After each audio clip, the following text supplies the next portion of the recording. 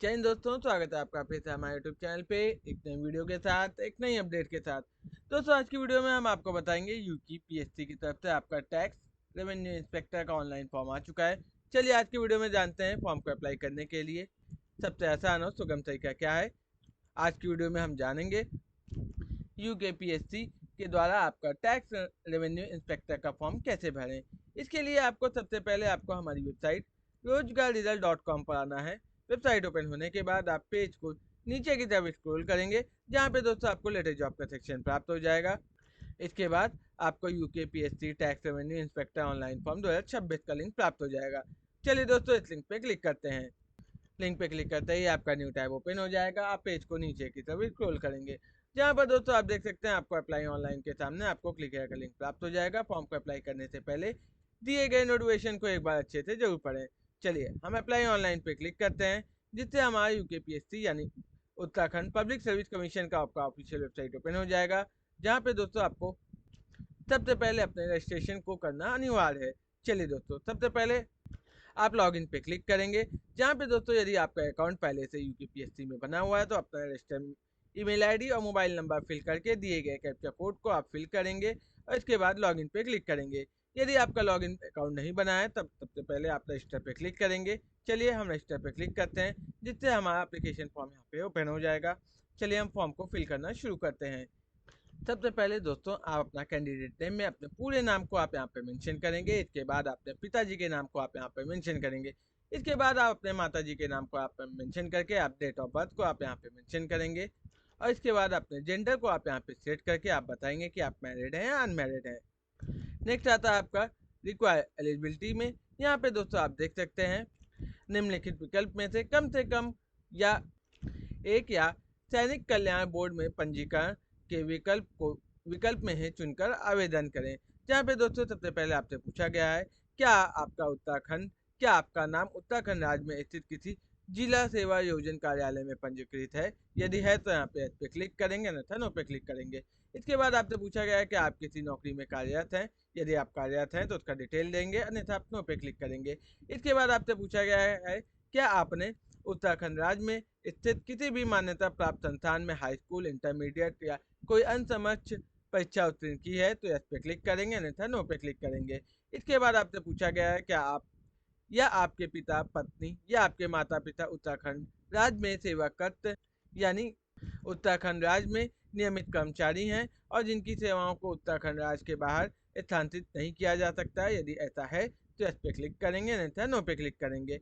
इसके बाद नेक्स्ट आपसे पूछा गया है क्या आप या आपकी फैमिली किसी राज्य सरकार या अर्ध सरकारी संगठन के नियमित कर्मचारी हैं जो नियमित रूप से सेवा कर रहे हैं और जिनकी सेवाओं को उत्तराखंड राज्य के बाहर स्थानांतरित नहीं किया जा सकता है।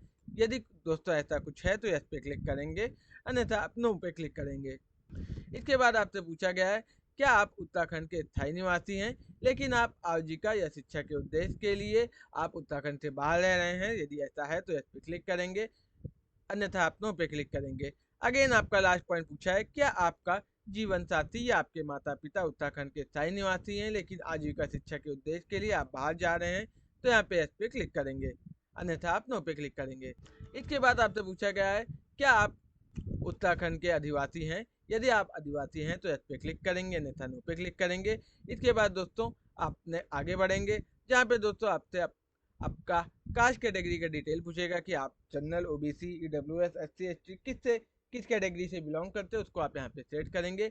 इसके बाद आप बताएंगे क्या आप फिजिकली हैंडीकैप हैं। यदि आप फिजिकली हैंडीकैप हैं तो इस पे क्लिक करेंगे, अन्यथा नो पे क्लिक करेंगे। इसके बाद आपसे पूछा गया कि आप एक्स सर्विसमैन हैं। यदि आप एक्स सर्विसमैन हैं तो इस पे क्लिक करेंगे, अन्यथा आप नो पे क्लिक करेंगे। इसके बाद आपसे पूछा गया है कि आप उत्तराखंड राज्य के कुशल खिलाड़ी श्रेणी के अंतर्गत आते हैं, तो यस पे क्लिक करेंगे, अन्यथा नो पे क्लिक करेंगे। और इसके बाद आपसे पूछा गया है कि आप स्वतंत्रता सेनानी हैं। यदि आप स्वतंत्रता सेनानी आश्रित हैं तो यस पे क्लिक करेंगे, अन्यथा नो पे क्लिक करेंगे। नेक्स्ट आता है आपका कॉन्टैक्ट डिटेल में। दोस्तों सबसे पहले आप अपना रजिस्टर ईमेल आईडी यहाँ पर मेंशन करेंगे और कंफर्म ईमेल आईडी में भी अपना रजिस्टर ईमेल आईडी को यहाँ पर मेंशन करके अपना मोबाइल नंबर को आप यहाँ पे मेंशन करेंगे। और इसके बाद अपने प्रेजेंट एड्रेस को यहाँ पे फिल करेंगे और उसके बाद अपने स्थायी पता को यहाँ पे फिल करेंगे। यदि आपका दोनों एड्रेस सेम है तो check if same as above copy the address here पे क्लिक करेंगे। नेक्स्ट आता है आपका पासवर्ड सबसे पहले अपने पासवर्ड को आप यहाँ पे क्रिएट करेंगे और दिए गए कैप्चा कोड को आप फिल करके सबमिट पर क्लिक करेंगे। इसके बाद दोस्तों आपका प्रीव्यू का पेज ओपन हो जाएगा। फॉर्म को अच्छे से मिलाने के बाद हम सबमिट पे क्लिक करेंगे। दोस्तों आप देख सकते हैं आपका रजिस्ट्रेशन सक्सेसफुली कंप्लीट हो चुका है। चलिए अब हम लॉगिन पे क्लिक करते हैं।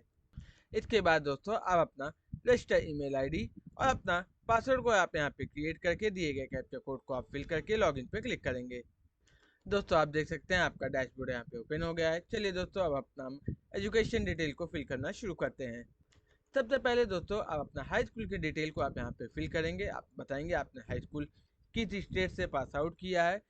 अपना स्टेट सिलेक्ट करने के बाद आपने बोर्ड को आप यहाँ पे सिलेक्ट करेंगे और इसके बाद अपना पासिंग ईयर को आप यहाँ पे मेंशन करेंगे कि आपने किस ईयर आपने अपना हाई स्कूल पास आउट किया है। और इसके बाद अपना बताएंगे कि आपका ग्रेड सिस्टम था, मार्क सिस्टम था या सीजीपीए सिस्टम था। यदि आपका ग्रेड सिस्टम था यानी मार्क सिस्टम था तो मार्क पे क्लिक करेंगे और इसके बाद आप अपना ऑब्टेन मार्क और इसके बाद आप अपना टोटल मार्क को यहाँ पे आप मेंशन करेंगे, जिससे आपका परसेंटेज ऑटोमेटिक यहाँ पे कैलकुलेट कर लेगा। इसके बाद आप ऐड क्वालिफिकेशन पे क्लिक करेंगे। दोस्तों आप देख सकते हैं हमारी हाई स्कूल की डिटेल यहाँ पे ऐड हो चुकी है। चलिए अब अपना हम इंटर की डिटेल को आप यहाँ पे ऐड करेंगे। सबसे इसी तरह अब हम अपना इंटरमीडिएट की डिटेल को भी ऐड करेंगे। आप बताएंगे इंटरमीडिएट आप किस क्लास से पास आउट किए हैं। आप अपने बोर्ड नेम को आप यहाँ पे मेंशन करेंगे और अपना 12th में आपका स्ट्रीम क्या था, क्या आपका agriculture, art, commerce, IT application, MCVC या साइंस जो भी था उसको आप यहाँ पे सेट करके आप अपने ग्रेड सिस्टम या मार्क सिस्टम या सीजीपीए जो भी सिस्टम था उसको आप यहाँ पे सेट करेंगे और इसके बाद आप अपना ऑब्टेन मार्क और अपना टोटल मार्क को यहाँ पे आप मेंशन करेंगे और ऐड क्वालिफिकेशन पे क्लिक करेंगे। नेक्स्ट आता है दोस्तों आपका ग्रेजुएशन का डिटेल यानी आपके लॉ के डिटेल को आप बताएंगे। सबसे पहले हम अपने ग्रेजुएशन की डिटेल को हम फिल करेंगे। यदि आपने बीए एलएलबी किया है तो आप अपना इंटीग्रेटेड कोर्स को सिलेक्ट करेंगे। यदि आपने बीए एलएलबी नहीं किया है तो सबसे पहले आप अपना ग्रेजुएशन की डिटेल को फिल करेंगे और आप बताएंगे आपने ग्रेजुएशन किस स्टेट से आपने अपना ग्रेजुएशन को कंप्लीट किया है। आप अपने बोर्ड नेम को आप यहाँ पे सेट करेंगे और इसके बाद आपसे पूछा गया अंतिम वर्ष की मार्कशीट की जारी करने की तिथि को आप यहाँ पे मेंशन करेंगे कि आपका अंतिम डेट की जारी तिथि क्या थी। उसको आप यहाँ पे मेंशन करने के बाद आप बताएंगे कि आपका फर्स्ट सब्जेक्ट क्या था।